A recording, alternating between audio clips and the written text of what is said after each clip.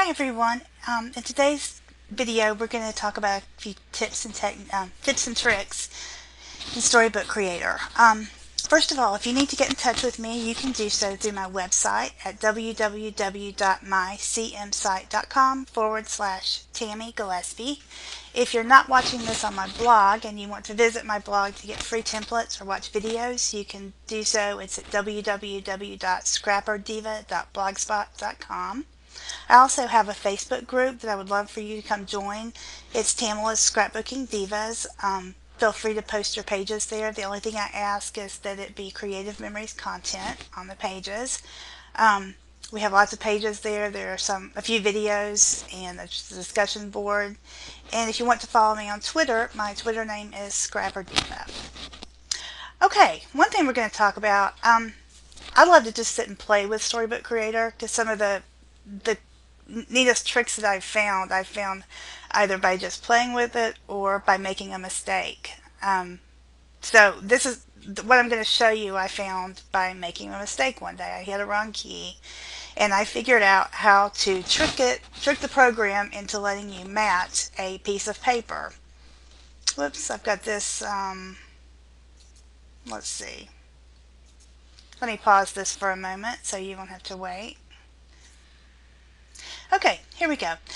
Let me turn the little eyeball off on these and I'll show you. You can see it best on this one. This looks like a piece of paper that's been matted. You can see the burgundy color matting around the edges. Well, you know you can't mat a piece of paper, but you can mat a photo. So I'm going to show you how to trick it into letting you mat it. First of all, what I would do is, let me get rid of that one too, is I would take an empty frame from the Insert tab, make it a little bigger, make it the size that you want. And this one's going to be your photo frame. So, and you can mat these, each layer can be a different color mat, or you can mat them all the same color if you want to. So I'm going to mat it. I'm going to go to Format Photos, or you could mat all of these at the same time. And we'll make it a width of 3. And I'm going to use the color sample tool and I'm going to match it up to this. Accept it. Now I've got my photo mat. Now because I'm going to use the same color mat on all 3 of these, I'm just going to copy and paste. And I'm going to make this one a little bit larger. This is my first mat. And what I'm going to do on it is fill it with color. So I'm going to sample these colors, put it in there, and it does match the mat. Oh, excuse me, first, I forgot to tell you. In order to trick it into doing this, you can't fill it with paper or color until you put a photo in there first. So, just take any photo. Doesn't matter what it is. Here's a flower. Got this highlighted. I'm just going to grab any photo, stick it in there. Now, I can click on a color and I can fill it with color or paper. Now I want to put a surface on this. I'm going to use the lace surface. So I'm going to go to the Format tab to Surfaces and scroll down to Lace. And I think I'll make it a 2, make it a little bigger. Let's preview it. And that looks good, so I'm going to leave it there. Let's accept it.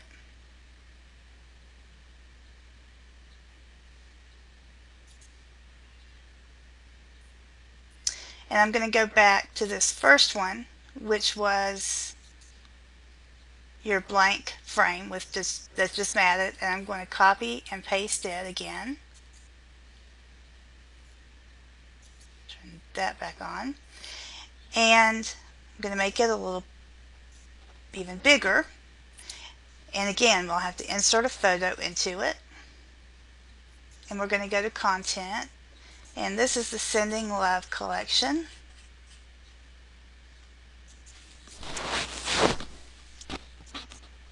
And I believe I used this paper down here. So I'm going to go to Fill Selected Shape.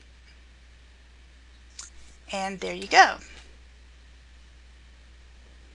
Now I just need to turn these back on and you would line them up.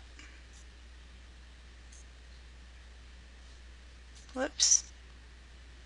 I'm not going to do that on here. I'm just going to cut these off because I've already got them on here. So let's get rid of these. I didn't want to mess up this page. I already had it done and I forgot to duplicate it before we started. Whoops.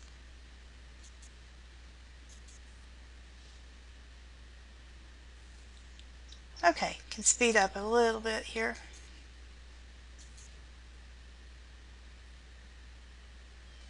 There we go. Now I'm going to use the little eyeball tool and I'm going to turn these back on.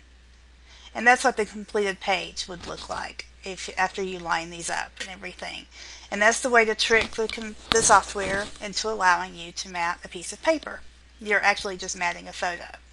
Another thing, this is one of the challenges that we did, and you probably know how to do it, but if you're a newbie and you, just in case you don't, I'm going to show you how to make glitter, or to glitterize something on these little hearts. That's what I've done, and there's two ways to do it.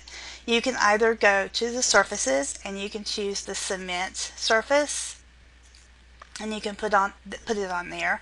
But personally, I like to go to format and then filters, and I like to go to the film grain.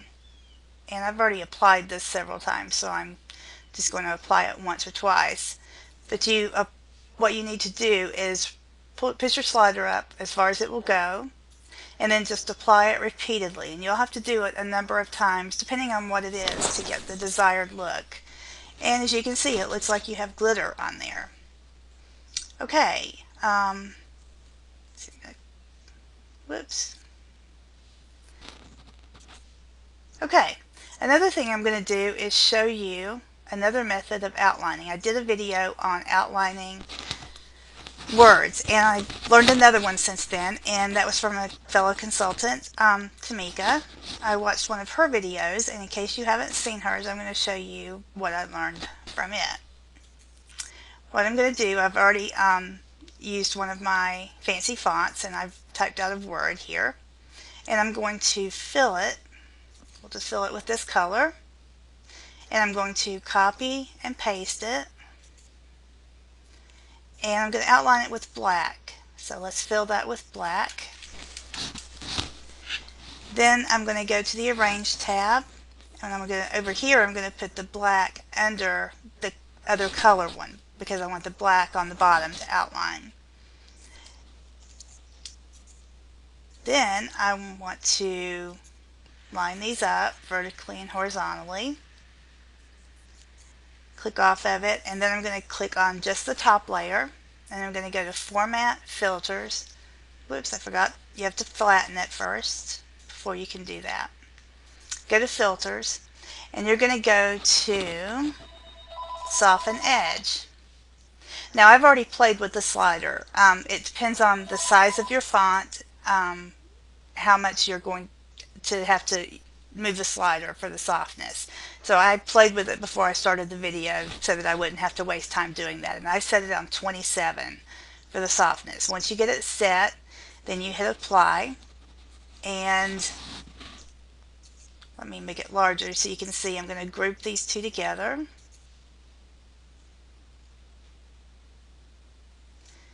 Now let me enlarge it a little bit. And as you can see, you don't get those corners when you do it this way. If you do it the way I showed you in the other video, you get the little corners on the letters. If you saw that, you know what I'm talking about. So this is a great way to outline. I think that's all I'm going to go over in this video. So if you have any questions, feel free to contact me through my website. You can also email me at that's T as in Tom, Gillespie, Gillespie 67 at AOL.com. Make sure you put CM or Creative Memories in the subject line. If you don't, I won't open it. If I don't know who it's from and I don't have something in the subject line telling me that it's legit, I do not open the email. So make sure you do that. Okay, and I'd love to hear any comments that you have on my blog, and I appreciate you watching. Have a great day.